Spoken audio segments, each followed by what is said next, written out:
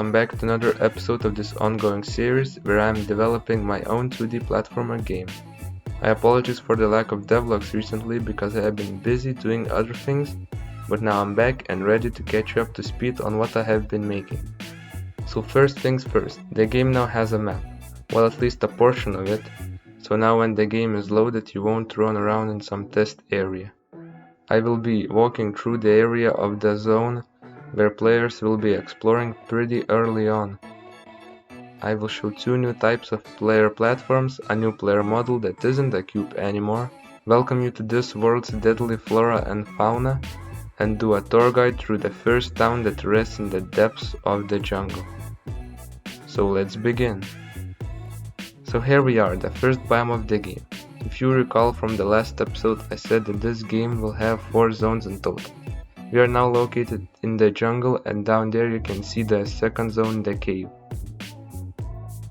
Oh, and how can I forget the player itself? It's a bit different than that one I showed last time, but I'm liking this one a lot more. It still holds that mysterious nature that I was going for. Granted, it wasn't the second try on the player model. I did one before it and it looks a bit Mexican with those clothes, so I scrapped it and made this. This kind of resembles the other 2D Metroidvania platformer's main character, but mine is different in certain ways that I won't spoil here. You might also be wondering what's up with these green pillars everywhere. Well, I will explain everything later on when we reach the town. So going forward we find a small cave. Caves like this one will be scattered all around the map for the player to find. There will be plenty of other secrets and minigames populating the entire map. You probably saw these disappearing platforms. Those are a part of a species called Rootfall Jester tree. This tree and every other Jester tree species survive by trapping, drowning, and doing other lethal actions to kill any unsuspected prey. Then these trees let the bodies decompose and consume any nutrients found in their bodies. These trees don't grow tall because you don't need leaves to survive and rely on their roots to sustain them. More information about these trees will be in the game for anyone interested in learning more. But the horrors don't end there. The wildlife on this land are just as vicious. Let me introduce you to these caterpillar type animals. While they are very deadly, they don't attack the player if the paths are not crossed. They usually mind their own business and keeping to themselves. The next predator of the jungle is this dragonfly resembling animal. It is hostile to the player and will attack on sight. Same goes for this frog beast, it will use every opportunity available to strike at its prey. Putting the inhabitants aside, I want to show you the subzones of the jungle. There will be 4 subzones in the jungle which include the jungle itself, the waterfall, abandoned ruins, and the swamp.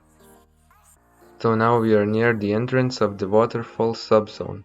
Each zone will provide different challenges for the player to overcome. For example, the jungle subzone has these disappearing platforms that will be exclusive to this region alone and nowhere else. Or maybe it will appear in some later part of the game, who knows. Going forward we see a sign that points at all the landmarks, excluding a few that are more further away from the sign to point to their location. Going from the bottom we have the temple, in the middle is the waterfall where we just came from, and at the top there is the sign for the jungle village. So since the sign is pointing upwards, this is the way we need to go to reach it. And here we are. As you can see, the town is in the early prototype stage for now. I'm just figuring out their location, size and proportion. Also, every single building will be enterable and fully explorable.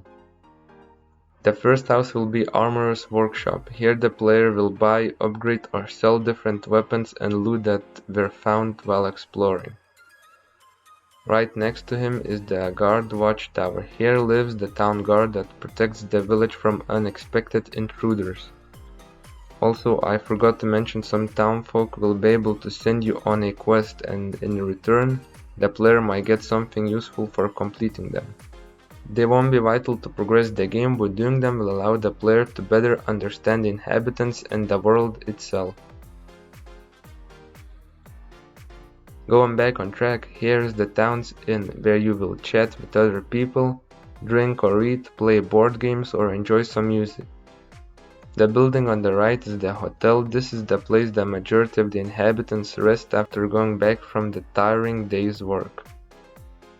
As you probably noticed, the town has another floor of buildings beneath it.